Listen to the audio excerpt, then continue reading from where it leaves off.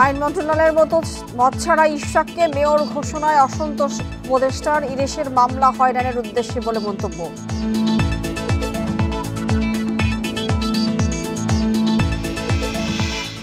নারায়ণগঞ্জে মামলার হাজিরায় গেলে সাবেক আইনমন্ত্রী আনিসুল হককে কিল ঘুষিয়ে হাফেজ সোলাইমান হত্যা মামলায় রিমান্ড।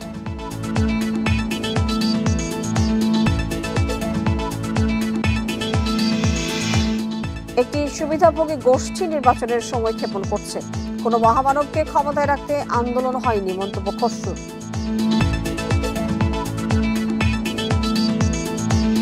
বান্ডেল থাকলে প্রতি সেনমানিতে টাকা বাঁচবে।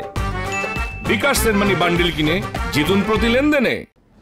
স্বাগত জানাচ্ছি সংবাদ সন্ধ্যা। আপনাদের সাথে আছেন মাহমুদা মৌমিতা। শিরোনামের পর চলে যাচ্ছি পুরো খবরে। আইন মন্ত্রণালয়ের মতামত ছাড়াই বিএনপি নেতা ইশরাক হোসেনকে ঢাকা দক্ষিণ সিটির মেয়র ঘোষণায় অসন্তোষ জানিয়েছেন আইন উপদেষ্টা। বলেছেন, মতামত চেয়েও না নিয়েই গেজেট প্রকাশ করেছে নির্বাচন কমিশন। দুপুরে রাজধানীতে এক অনুষ্ঠান শেষে এসব কথা বলেন আসিফ নজরুল। অভিনেতা ইরেশ জাকিরের বিরুদ্ধে মামলা প্রসঙ্গে বলেন, হয়রানির উদ্দেশ্যে অনেক মামলা হচ্ছে। 2020 সালের ঢাকা দক্ষিণ সিটি কর্পোরেশন নির্বাচনের ফলাফল বাতিল করে গত 27 মার্চ বিএনপি নেতা ইশরাক হোসেনকে মেয়র ঘোষণা করে রায় দেয় আদালত। রোববার এ বিষয়ে গেজেট প্রকাশ করে নির্বাচন কমিশন। সোমবার দুপুরে রাজধানীর ওসমানী স্মৃতি মিলনায়তনে জাতীয় আইনগত সহায়তা দিবসের অনুষ্ঠান শেষে এ বিষয়ে সাংবাদিকদের সাথে কথা বলেন আইন উপদেষ্টা আসিফ নজরুল। মন্ত্রণালয়ের মতামত না নিয়ে প্রজ্ঞাপন দেয়ায় অসন্তোষ প্রকাশ করেন তিনি। নির্বাচনী যে প্লেইন্ট আছে সেই প্লেইন্ট নাকি পরিবর্তন করা যায় না, কারণ এটা হাইকোর্টের রায় আছে, এটা নাকি কোয়াসি সিভিল ম্যাটারে প্লেইন্ট পরিবর্তন করা যায় না। তো ইশরাক সাহেব বোধহয় আপনার পরে প্লেইন্ট পরিবর্তন করেছিলেন, সেই জন্য আমরা একটু দ্বিধান্বিত ছিলাম যে এটা আসলে গেজেট নোটিফিকেশন হবে নাকি এটাকে আপিল করতে হবে, এটা নিয়ে আমরা একটু দ্বিধান্বিত ছিলাম। নির্বাচন কমিশন আমাদের মতামতের জন্য অপেক্ষা করেন নাই, ওনারা নিজেরা গেজেট নোটিফিকেশন করেছেন। এটা ছাড়া আমার আর কিছু বলার নেই। এ সময় অভিনেতা ইরেশ জাকিরের বিরুদ্ধে হত্যা মামলার প্রসঙ্গেও কথা বলেন আইন উপদেষ্টা। জানান, হয়রানি ও বিদ্বেষমূলক অনেক মামলা দেয়া হচ্ছে। যে যার মতো মামলা করছে এবং এখানে অনেক হয়রানিমূলক মামলা হচ্ছে, বিদ্বেষমূলক মামলা হচ্ছে, অন্যের জায়গা জমি দখল, ব্যবসা দখল করার জন্য মামলা হচ্ছে। এগুলো অত্যন্ত আনফর্চুনেট, অত্যন্ত পরিতাপের বিষয়। ইরেশ জাকিরের নাম বলেছেন, এরকম ছাড়াও আরও অনেক ক্ষেত্রে কিছু কিছু মামলা হয়েছে যেগুলি আসলে আপনাদের কাছে আমরা একটা অনুরোধ করব, এই মামলাগুলো যারা করে আপনারা একটু তাদের কাইন্ডলি খুঁজে বের করেন না, খুঁজে বের করে একটু মামলাটা সম্পর্কে জিজ্ঞেস করেন, তাদের উন্মোচন করেন। সচিবালয়ে সাংবাদিকদের মুখোমুখি হয়ে ইরেশ জাকিরের মামলা প্রসঙ্গে কথা বলেন সংস্কৃতি উপদেষ্টাও। জানান, সরকার এ মামলা করেনি, পুলিশ তদন্ত করে ব্যবস্থা নেবে। এটা ডিপলি ট্রাবলিং অ্যান্ড ডিপলি ডিস্টার্বিং। মামলা করার স্বাধীনতা আছে, সবাই সেই স্বাধীনতার কেউ অপব্যবহার করছে। আমি বিশ্বাস করি পুলিশ এটা সঠিক তদন্ত করবে এবং তদন্ত করে যেটা সত্য সেটার পক্ষে থাকবে এবং যেটা মিথ্যা সেটাকে বাতিল করে দেবে। শাহাদাত স্বপন, ইন্ডিপেন্ডেন্ট নিউজ, ঢাকা। 5 আগস্টের পর সারা দেশে 1,500 মামলা হয়েছে, এর মধ্যে হত্যা মামলা 6 শতাধিক। পুলিশ সপ্তাহ উপলক্ষে বিকেলে রাজধানীর ফরেন সার্ভিস একাডেমিতে সংবাদ সম্মেলনে একথা জানান পুলিশ মহাপরিদর্শক বাহারুল আলম। তিনি বলেন, 5 আগস্টের পর রাজারবাগে পুলিশের বিদ্রোহ মীমাংসায় যারা ভূমিকা রেখেছেন তাদের সাহসিকতার জন্য পুলিশ পদক দেওয়া হচ্ছে। পুলিশ মহাপরিদর্শক আরও জানান, ছাত্র আন্দোলনের পর বিভিন্ন মামলার হয়রানির উদ্দেশ্যে নিরীহ অনেক ব্যক্তিকে আসামি করা হচ্ছে। কেউ যাতে হয়রানির শিকার না হয় সে বিষয়ে নির্দেশ দেওয়া হয়েছে। এছাড়া পলাতক পুলিশ সদস্যদের ধরতে ইন্টারপোলের সহযোগিতা নেওয়া হচ্ছে। সার্বিক বিষয়ে তদারকি করছে পুলিশ সদর দপ্তর। পুরো প্রক্রিয়াটা শেষ না হলে আমরা আসলে এটা বলতে পারছি না। ওই অসৎ উদ্দেশ্যে মানুষের কাছ থেকে অর্থ আদায়ের জন্য, হ্যারাস করার জন্য, ভয় দেখানোর জন্য অপরাধটা হয়তো করেছেন 5 জন কি 10 জন, ওখানে আরো 300 লোকের নাম দিয়ে মামলা দায়ের হচ্ছে। আমরা শুরু থেকে স্বরাষ্ট্র মন্ত্রণালয় বলেছেন, আমি নিজে বলেছি এবং পুলিশের সকল পর্যায়ের কর্মকর্তারা এই নির্দেশ পেয়েছেন যে নিরীহ লোককে যেন গ্রেপ্তার করা না হয়। জুলাই আন্দোলনে আশুলিয়ায় 6 মরদেহ পুরানোর আগে গুলি করে হত্যায় জড়িত 2 জনকে শনাক্ত করা হয়েছে।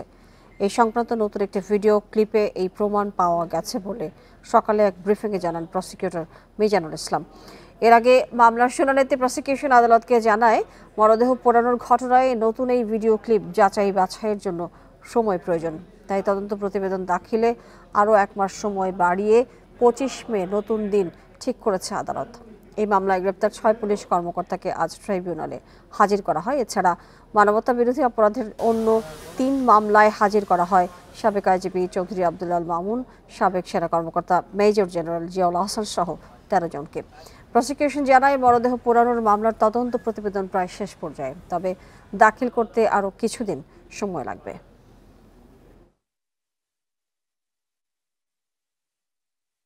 বিষয় ছিল যে হত্যা করা তো হয়েছে না, হত্যা করা হয়েছে, পোড়ানো হয়েছে, একজন জীবিত ছিলেন তাকে পোড়ানো হয়েছে। এখন আমরা যেটা পেয়েছি সেটা হচ্ছে যে হত্যাকাণ্ড সংগঠনের একটা ভিডিও চিত্র আমরা পেয়েছি, এটা আমরা এখন যাচাই বাছাই করছি। নারায়ণগঞ্জ আদালতের এজলাস থেকে বের করার সময় সাবেক আইনমন্ত্রী আনিসুল হককে কিল ঘুষি মেরে ধাওয়া দিয়েছেন আইনজীবীদের একাংশ। বিকেলে মামলার শুনানি শেষে আদালতের এজলাসের ফটকে এই ঘটনা ঘটে। সকালে কড়া নিরাপত্তায় ঢাকা কেন্দ্রীয় কারাগার থেকে নারায়ণগঞ্জের আদালতে তাকে হাজির করা হয়। জুলাই আন্দোলনে নিহত মাদ্রাসা ছাত্র হাফেজ সুলাইমান হত্যা মামলায় সাবেক আইনমন্ত্রী আনিসুল হককে আদালতে তোলা হয়। এ সময় 7 দিনের রিমান্ড আবেদন করে তদন্তকারী সংস্থা সিআইডি। শুনানি শেষে সিনিয়র জুডিশিয়াল ম্যাজিস্ট্রেট মাইনুদ্দিন কাদিরের আদালত তার 4 দিনের রিমান্ড মঞ্জুর করেন। পরে রিমান্ড শুনানি শেষে পুলিশ নিরাপত্তায় আদালত থেকে নেওয়ার সময় তাকে কিল ঘুষি মারেন বিক্ষুব্ধ আইনজীবীরা। উভয় পক্ষের শুনানি আনতে এই আসামিকে মামলার সুষ্ঠু তদন্তের স্বার্থে এবং মূল রহস্য উদ্ঘাটনের জন্য এই কারা অস্ত্রগুলি সরবরাহ করছে এবং এই কারা হুকুম দিছে এই সকল বিষয় উদ্ঘাটনের জন্য তাকে 4 দিনের পুলিশ রিমান্ড মঞ্জুর করেছে। জনগণ এখনই নির্বাচন চায় না, প্রধান উপদেষ্টার বক্তব্যের এই জনগণ কারা জানতে চায় বিএনপি। বিকেলে রাজধানীর গুলশানে বিএনপি চেয়ারপারসনের কার্যালয়ে ন্যাব, ভাসানী, আম জনতা দল ও পিপলস পার্টির সাথে লিয়াজো কমিটির বৈঠক শেষে এইসব কথা বলেন বিএনপির স্থায়ী কমিটির আমির খসরু মাহমুদ চৌধুরী।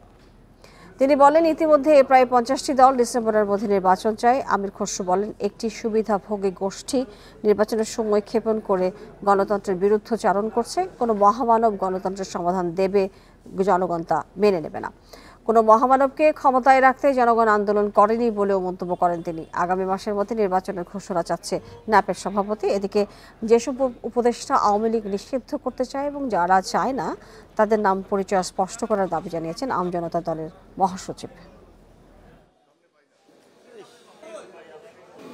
জনগণ বলতে কারা? এখন জনগণ বলতে যদি কোনো একটা বিশেষ গোষ্ঠী সুবিধাভোগী যারা গণতন্ত্রের বিরুদ্ধে গিয়ে, জনগণের ভোটাধিকারের বিরুদ্ধে গিয়ে গণতন্ত্রকে সংস্কারের মুখোমুখি করছে, অথবা কোনো বিশেষ সুযোগ সুবিধাভোগীদের বিরুদ্ধাচরণ করছে, মুখোমুখি করছে। বিএনপির 31 দফা সহ বিভিন্ন বিষয়ে তরুণদের মতামত জানতে নতুন কর্মসূচি ঘোষণা করেছে যুবদল, স্বেচ্ছাসেবক দল ও ছাত্রদল। বেলা 11:30টায় রাজধানীর নয়াপল্টনে বিএনপি কেন্দ্রীয় কার্যালয়ের যৌথ সংবাদ সম্মেলনে তারুণ্যের সমাবেশ নামের কর্মসূচি ঘোষণা করা হয়। সংবাদ সম্মেলনে বলা হয়, 9 মে চট্টগ্রামে কর্মসংস্থান ও বহুমাত্রিক শিল্পায়ন নিয়ে তারুণ্যের ভাবনা শীর্ষক সেমিনার হবে। পরের দিন তারুণ্যের রাজনৈতিক অধিকার প্রতিষ্ঠার সমাবেশ হবে। দ্বিতীয় কর্মসূচি হবে 16 ও 17 মে খুলনায়। তৃতীয় কর্মসূচি 23 ও 24 মে বগুড়ায়। এরপর 27 মে রাজধানীতে তারুণ্যের রাজনৈতিক ভাবনা ও অর্থনৈতিক মুক্তি শীর্ষক সেমিনার করবে সংগঠন তিনটি। 28 মে তারুণ্যের রাজনৈতিক অধিকার প্রতিষ্ঠার সমাবেশ করার কথাও জানানো হয় সংবাদ সম্মেলনে। পরের দিন 17 মে চতুর্থ কর্মসূচি, সর্বশেষ কর্মসূচি ঢাকাতে ঢাকা বিভাগ, ফরিদপুর বিভাগ, সিলেট এবং ময়মনসিংহ বিভাগের সমন্বয়ে ঢাকাতে কর্মসূচিটি অনুষ্ঠিত হবে। তারিখ 27 এবং 28 মে। সেমিনার 27 মে। সেমিনারের মূল প্রতিপাদ্য তারুণ্যের রাজনৈতিক ভাবনা ও অর্থনৈতিক মুক্তি। সংস্কার প্রক্রিয়াকে গণভোটের মাধ্যমে বৈধতা দেওয়ার প্রস্তাব দিয়েছে গণ অধিকার পরিষদ। এছাড়া ঐকমত্য কমিশনের 166টি প্রস্তাবের মধ্যে 135টিতে একমত হয়েছে দলটি। সকালে জাতীয় ঐকমত্য কমিশনের সাথে আলোচনার পর এসব কথা জানান দলটির নেতারা। অন্তর্বর্তী সরকারের অধীনে সংস্কার বাস্তবায়ন চায় গণ অধিকার পরিষদ।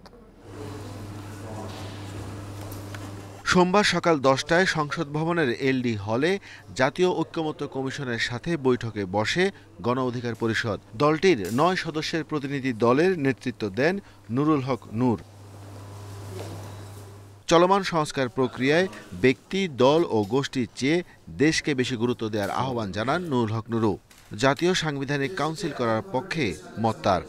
শুধুমাত্র প্রধান উপদেষ্টা যে তার চয়েস মতো বাকিদেরকে অ্যাপয়েন্টমেন্ট করবে সেটা না। একই সাথে যেহেতু পুলিশ আইন শৃঙ্খলা পরিস্থিতি নিয়ন্ত্রণে একটা গুরুত্বপূর্ণ ভূমিকা পালন করে, 3 বাহিনীর পাশাপাশি পুলিশ প্রধানের নিয়োগটা আমরা এই জাতীয় সাংবিধানিক পরিষদ বা এনসিসিতে আমরা অন্তর্ভুক্ত করার আহ্বান জানিয়েছি। সংসদ সদস্য পদে প্রার্থী হওয়ার ন্যূনতম বয়স 23 করার প্রস্তাব দেয় গণ অধিকার। সংবিধানের 70 অনুচ্ছেদে অর্থ বিল ও আস্থা বিল বাদে অন্য ধারাগুলো সংস্কারের পক্ষে দলটি। রাষ্ট্র সংস্কারের একটা বড় ধরনের প্রয়োজনীয়তা দেখা দিয়েছে এবং দলমত নির্বিশেষে সব মানুষ এটার সাথে একমত। হয়তো প্রক্রিয়া এবং বিষয়বস্তু নিয়ে ভিন্ন মত আছে, সেই কারণে আমরা এটাকে টেকসই করার জন্য বা এটাকে যেন ভবিষ্যতে কোনো আইনি কিংবা বিভিন্ন ধরনের সংকটে না পড়ে, এই জন্য আমরা পুরো সংস্কার প্রক্রিয়াকেই একটা গণভোটের মাধ্যমেও চূড়ান্ত করার আহ্বান জানিয়েছি। চর্চা, অঙ্গীকার ও ঐক্য প্রতিষ্ঠা করে সমঝোতার মাধ্যমে জাতীয় সনদ তৈরি করা ঐক্যমত্য কমিশনের কাজ, বললেন কমিশনের সহসভাপতি আলী রিয়াজ। কেবলমাত্র কাগজে আমরা কি লিখছি তা নয়, চর্চার মধ্য দিয়ে, অঙ্গীকারের মধ্য দিয়ে, প্রতিশ্রুতির মধ্য দিয়ে আমাদেরকে এই কাজে অগ্রসর হতে হবে। সংস্কার প্রস্তাব নিয়ে 39টি রাজনৈতিক দলের সাথে বৈঠক করেছে ঐক্যমত্য কমিশন। এ পর্যন্ত আলোচনা হয়েছে 19টি দলের সাথে। Arafatur Rahman, independent news, Dhaka. বজ্রপাতে কুমিল্লা, নেত্রকোনা সহ 5 জেলায় প্রাণ হারিয়েছেন শিক্ষার্থী সহ 11 জন, আহত হয়েছেন অন্তত 2 জন। নিহতদের মধ্যে 4 জন শিক্ষার্থী। এছাড়া লালমনিরহাটে কালবৈশাখী ঝড়ের কারণে ভোটমারি সহ বেশ কিছু এলাকায় সঞ্চালন লাইনের খুঁটি উপড়ে শনিবার রাত থেকে বিদ্যুৎ সংযোগ বিচ্ছিন্ন। এছাড়া চর এলাকায় ভুট্টা ও ধানের ক্ষেতের ব্যাপক ক্ষতি হয়েছে। নেত্রকোনায় রোববার রাত থেকে থেমে থেমে বৃষ্টির পর সোমবার ভোর থেকে শুরু হয় বজ্রসহ বৃষ্টি। টানা প্রায় 3 ঘন্টা চলে বৃষ্টিপাত। রাতে কর্মাকান্দায় বজ্রপাতে মারা যান মাদ্রাসা শিক্ষক দিদারুল ইসলাম। পরে ভোর 6টার দিকে ঘর থেকে বেরিয়ে মাদ্রাসায় যাওয়ার সময় মদন উপজেলার তিয়শ্রী গ্রামের 9 বছরের আরাফাত মিয়া বজ্রপাতে মারা যায়। কিশোরগঞ্জের অষ্টগ্রামে হাওড়ে ধান কাটার সময় বজ্রপাতে মৃত্যু হয়েছে 2 কৃষকের। আর মাঠে কাজ করার সময় মিঠামইনে মারা গেছেন 1 নারী। এছাড়া বজ্রপাতে কুমিল্লার বরুড়ায় 2 শিক্ষার্থী এবং মুরাদনগরের 2 কৃষক প্রাণ হারিয়েছেন। সুনামগঞ্জের শাল্লায় সকালে বজ্রপাতে মারা গেছেন কলেজ শিক্ষার্থী রিমন তালুকদার। আর চাঁদপুরের মৃত্যু হয়েছে এক গৃহবধূর। এদিকে লালমনিরহাটে রবি ও সোমবার দফায় দফায় কালবৈশাখী ঝড় হয়েছে। এর জেরে ভোটমারি সহ বেশ কিছু এলাকায় সঞ্চালন লাইনের খুঁটি উপড়ে ব্যাহত হয় বিদ্যুৎ সংযোগ। এছাড়া 3 উপজেলায় ছোট বড় বেশ কিছু গাছ উপড়ে পড়েছে। ভুট্টা ও ধানের ক্ষেতের ব্যাপক ক্ষতি হয়েছে চরাঞ্চলে। রেশমি নন্দী, ইন্ডিপেন্ডেন্ট নিউজ। টানা কয়েকদিনের তাপপ্রবাহের পর দেশের বিভিন্ন স্থানে বৃষ্টি হওয়ায় কমেছে তাপপ্রবাহের তীব্রতা। সকালে রাজধানীর আগারগাঁওয়ে আবহাওয়া অধিদপ্তরে এই তথ্য জানান আবহাওয়াবিদ হাফিজুর রহমান। তিনি জানান, সকাল থেকে সিলেট, সুনামগঞ্জ, নেত্রকোনা, ময়মনসিংহ, রংপুর, কুমিল্লা ও ব্রাহ্মণবাড়িয়া বৃষ্টি হয়েছে। রোববার পর্যন্ত সারা দেশে বৃষ্টির আশঙ্কা রয়েছে। এতে গরমের তীব্রতা কমবে বলে জানিয়েছে আবহাওয়া অফিস। তাপমাত্রাও থাকবে সহনীয়। আবহাওয়া অফিস জানিয়েছে, সারা দেশে দিনের তাপমাত্রা 1 থেকে 2 ডিগ্রি পর্যন্ত কমতে পারে। রাতের তাপমাত্রাও সামান্য কমবে। এদিকে রংপুর, রাজশাহী সহ সব বিভাগের কিছু জায়গায় অস্থায়ীভাবে দমকা হাওয়া সহ বজ্র বৃষ্টির পূর্বাভাস দেওয়া হয়েছে।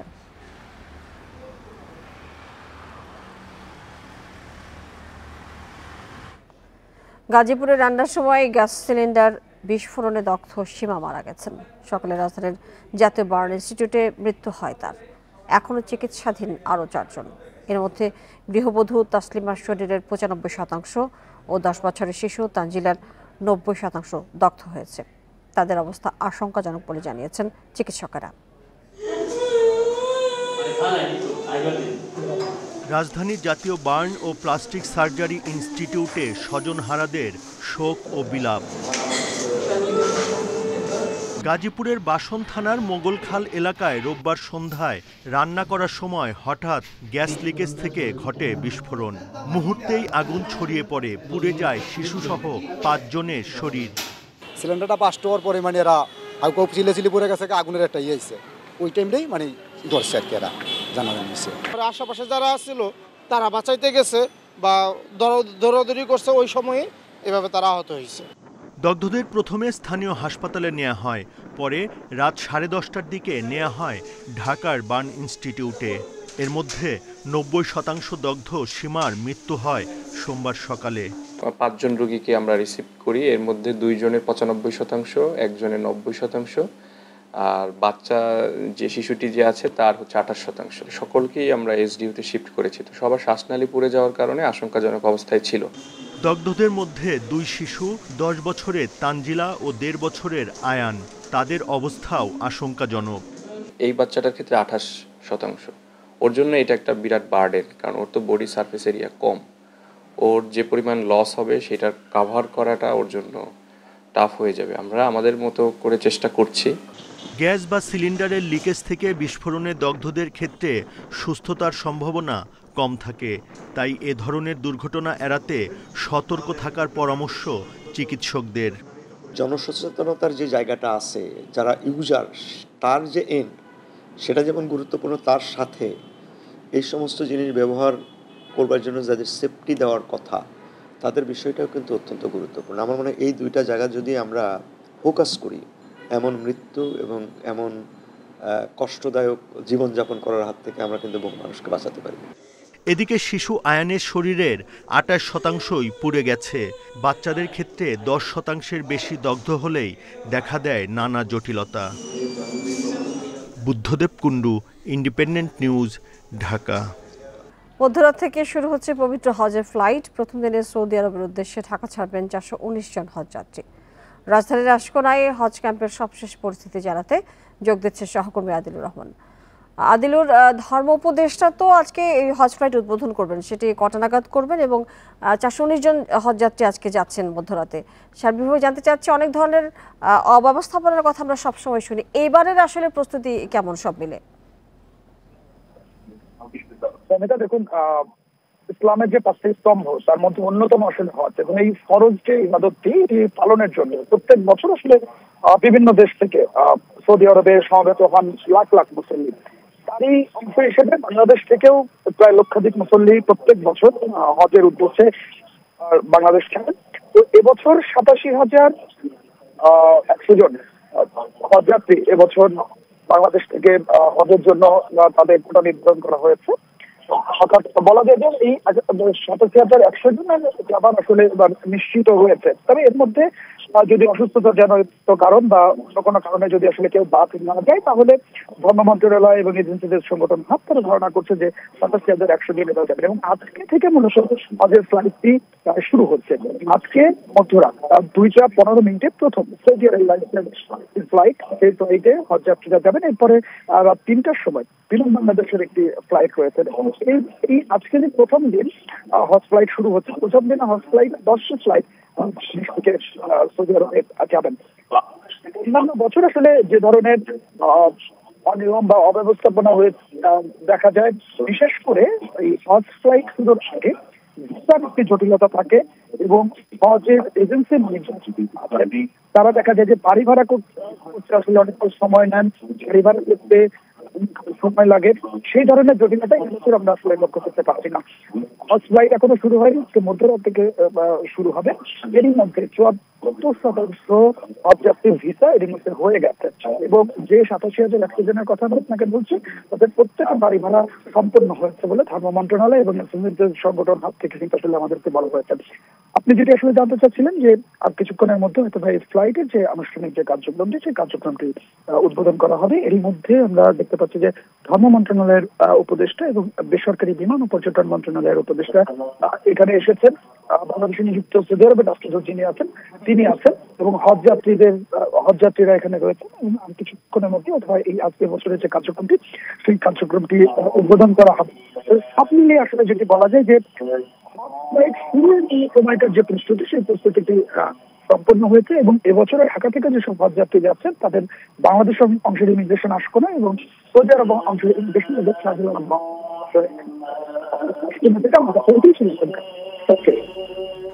আশকোনা থেকে যোগ দিয়েছিলেন আমাদের সাথে সহকর্মী আদিলুর রহমান, জানাচ্ছিলেন প্রথম দিনের হজ ফ্লাইট সম্পর্কে। 2 সপ্তাহের ব্যবধানে ডলারের দাম কমেছে 50 থেকে 70 পয়সা। গত কয়েক মাস ধরে রেমিটেন্স এবং রপ্তানিতে বড় প্রবৃদ্ধি এবং আমদানি বিল পরিশোধের চাপ কমা সহ নানা কারণে টাকার বিপরীতে ডলারের দাম কমছে। সামনের দিনে দাম আরও কমতে পারে বলে মনে করছে সংশ্লিষ্টরা। বর্তমানে রেমিটেন্সের ডলার কিনতে ব্যাংকগুলোকে 122 টাকা 50 পয়সা থেকে 60 পয়সা পর্যন্ত দিতে হয়েছে। অথচ চলতি মাসের দ্বিতীয় সপ্তাহেও ব্যাংকগুলোকে 123 টাকা থেকে 123 টাকা 20 পয়সা পর্যন্ত দিতে হতো। এদিকে বাজারে ডলারের সরবরাহ স্বাভাবিক আছে বলে জানিয়েছে বাংলাদেশ ব্যাংক। তবে আন্তর্জাতিক দাতা সংস্থার চাপে এখনই ডলারের দাম পুরোপুরি বাজারের উপর ছেড়ে দেওয়া হবে না বলে জানিয়েছেন বাংলাদেশ ব্যাংকের মুখপাত্র আরিফ হোসেন খান। এগ্রিগেটেড যে সিন্ডিকেশন সেটা ভাঙার চেষ্টা করছে এবং বিভিন্ন সামাজিক উদ্যোগ নিয়ে প্রবাসীদের মধ্যে চাচ্ছে যে বাংলাদেশের ব্যাংকিং চ্যানেল দিয়ে যাতে ওই ডলারগুলো সরাসরি দেশের ভিতরে আসে, তৃতীয় কোনো দেশ হয়ে না যারা আমাদের অর্থনীতিকে বা ডলার মূল্যকে ডিকটেট করবে। বুড়িমারি এক্সপ্রেস ট্রেন স্থলবন্দর পর্যন্ত চালুর দাবিতে লালমনিরহাট বুড়িমারি রেলপথ ও সড়ক অবরোধ করেছে স্থানীয়রা। সকাল থেকে হাতিবান্ধা মেডিকেল মোড় মহাসড়কে গাছের গুঁড়ি ফেলে এই কর্মসূচি পালন করে তারা। স্থানীয়রা জানায় বুড়িমারি রেলওয়ে স্টেশন থেকে ঢাকা রুটে সরাসরি বুড়িমারি এক্সপ্রেস ট্রেন চলাচল শুরু না হওয়া পর্যন্ত এই কর্মসূচি অব্যাহত থাকবে। অবরোধের কারণে ওই পথে দূরপাল্লার বাস, ট্রাক সহ সব ধরনের ভারী যানবাহন চলাচল বন্ধ রয়েছে। সমস্যা সমাধানে বুড়িমারি এক্সপ্রেস ট্রেন চালুর আশ্বাস দিয়েছেন উপজেলা নির্বাহী কর্মকর্তা। তবে প্রশাসনের আশ্বাসীয় কর্মসূচি প্রত্যাহার করেননি তারা। গত এক সপ্তাহ সময় ধরে বুড়িমারি এক্সপ্রেস ট্রেন চালুর দাবিতে নানা কর্মসূচি পালন করে আসছেন স্থানীয়রা। বুড়িমারি এক্সপ্রেস চালু করতে হবে, যতদিন চালু হচ্ছে না ততদিন অবরোধ চলবে। প্রশাসনের দৃষ্টি আকর্ষণ করছে এটা যদি দূরত্ব ছাড়িয়ে দেয় আমাদের একটা ব্যবস্থা করুক। আমরা আসি কালকের থেকে, একদম আমার কষ্ট হচ্ছে অনেক। তারা যৌক্তিক দাবি নিয়ে আন্দোলন করছেন, কিন্তু পাবলিক কিন্তু গত কয়েকদিনে বেশ দুর্ভোগ হচ্ছে। এই দুর্ভোগের জন্য তারাও ফিল করতেছে। রেল কর্তৃপক্ষের সাথে কথা হয়েছে, ডিআরএম যেটা ডিআরএম আছে, ডিআরএম মহোদয়ের সাথে আমাদের জেলা এবং ডিসি স্যার সচিব স্যারের সাথেও কথা বলার চেষ্টা করেছেন, সম্ভবত কথা বলেছেন এবং পরবর্তীতে কী কথা হয়েছে সেটা স্যার আসলেই বলতে পারবেন। আর এই ছিল আজকের সংবাদ সন্ধ্যা। আর বিস্তারিত জানতে চোখ রাখুন ফেসবুক, ইউটিউব এবং এক্সে। ধন্যবাদ সবাইকে সাথে থাকার জন্য।